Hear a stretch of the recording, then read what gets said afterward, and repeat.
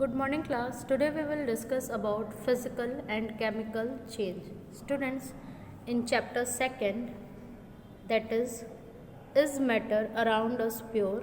This is the last topic, that is physical and chemical change. Students, अगर हम बात करते हैं फिज़िकल या केमिकल चेंज की, तो इसमें गो थ्रू होने से पहले हमें ये चीज़ पता है कि change is the rule of nature. हम ये लाइन कहते हैं कि change is the rule of nature या लॉ ऑफ नेचर.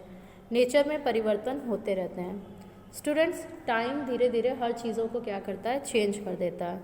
जैसे कि मेल्टिंग ऑफ आइस आप देखते हैं, अगर आइस क्यूब आप कहीं रखते हैं तो वो धीरे धीरे मेल्ट होके वाटर में कन्वर्ट हो जाएगा. या अगर हम बात कर रहे हैं रस्टिंग ऑफ आयरन की, आपने लोहे का कोई सामान लिया या कहीं लोहे का सामान रखा हुआ है तो धीरे धीरे उसमें क्या होता है, रस्टिंग आने लगती है. ठीक है, उसमें रस्ट जम जाता है, मतलब आप उसको कह सकते हैं कि उसका ऑक्सीडेशन होता है. या अगर हम बात करते हैं जैसे दूध से दही का जमना, ठीक है, तो ये सारे प्रोसेसेस हमें क्या दिखा रहे हैं, कुछ चेंज दिखा रहे हैं. ठीक है, इनिशियल स्टेट में वो कंपाउंड या वो सब्सटेंस या वो मैटर कुछ और था और फाइनली वो किसी और सब्सटेंस में कन्वर्ट हो गया. ठीक है, तो स्टूडेंट्स, इसी वे में जो हम ये चेंजेस हैं, जब हम यहाँ बात करते हैं तो हम बात करते हैं कि ये दो तरह के हो सकते हैं. The one that is physical change, the one that is chemical change.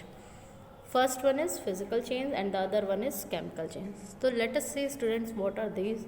अगर स्टूडेंट्स हम बात करते हैं फिजिकल चेंज की, okay, if we are going to talk about physical change, so students physical case में बेसिकली क्या होता है कि ये जो चेंज होता है ये ऑकर होता है केवल मैटर के शेप कलर स्टेट में. ठीक है, और ये चेंज होता है ये टेम्पररी होता है. ठीक है, वन मोर थिंग स्टूडेंट्स कि यहाँ पे जो कंपोजिशन है उसमें कोई चेंज नहीं आता है. ठीक है, ना ही कोई नया सब्सटेंस फॉर्म होता है. मतलब अगर हम फिज़िकल चेंज की बात करें तो कोई नया सब्सटेंस का फॉर्मेशन नहीं होता है. लेकिन केमिकल चेंज के केस में हम देखते हैं कि न्यू सब्सटेंस जो है वो फॉर्म होता है. ठीक है, और न्यू सब्सटेंस का जो कंपोजिशन है हम उसकी भी बात करते हैं आगे, अभी हम उसे भी देखेंगे. तो स्टूडेंट्स, पहली चीज़ सपोज़ करिए हमने एक एग्जांपल लिया है फिज़िकल चेंज का जो कि है मेल्टिंग, मतलब मेल्टिंग ऑफ आइस.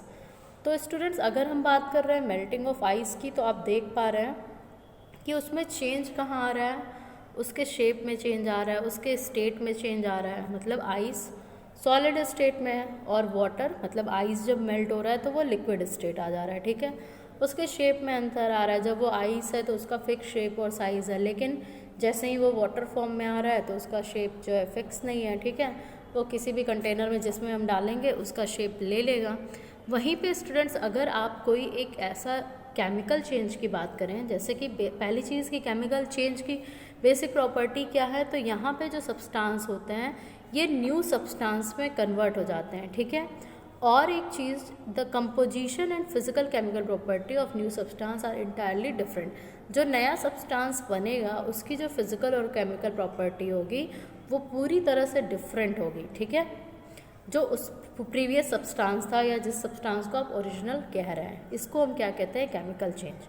तो स्टूडेंट, जैसे कि आप सपोज़ करिए कि अगर हम बात करते हैं रस्टिंग की, तो रस्टिंग से पहले वो कंपाउंड क्या था, आयरन था, दैट इज़ Fe. वो एक एलिमेंट था, वो एक प्योर सब्सटेंस था. लेकिन जैसे ही जब केमिकल चेंज हुआ, ठीक है, उसके ऊपर मॉइस्चर का और हम बात करते हैं कि ऑक्सीजन का जब इफ़ेक्ट आया, जब ये रिएक्ट किए तो ऑक्साइड का फॉर्मेशन कर लिया, मतलब रस्ट का फॉर्मेशन कर दिया, जो कि एक नया सब्सटेंस है जिसकी फिजिकल और केमिकल प्रॉपर्टीज़ उससे डिफ़र करती हैं. जैसे कि आयरन हमने बोला वो एक एलिमेंट है, प्योर सब्सटेंस है, लेकिन जो ऑक्साइड आया वो क्या हो गया, वो कंपाउंड हो गया. ठीक है, और वो इम्प्योर है.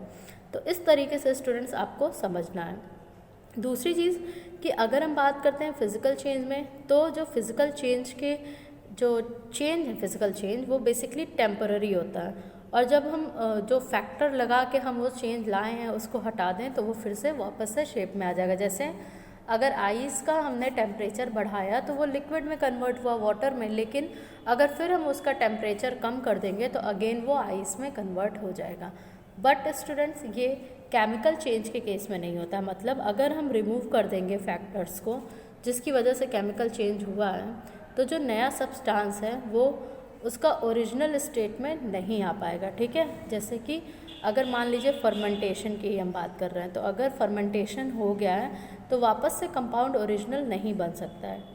Okay students, so this is about the physical and chemical change. One thing students, जब बर्निंग ऑफ कैंडल की बात करते हैं तो ये जो है बेसिकली फिजिकल और केमिकल चेंज दोनों है, ठीक है। इस केस में फिजिकल चेंज भी ऑकर होता है और केमिकल चेंज भी ऑकर होता है, ठीक है। So this is all about today's lecture. Thank you class.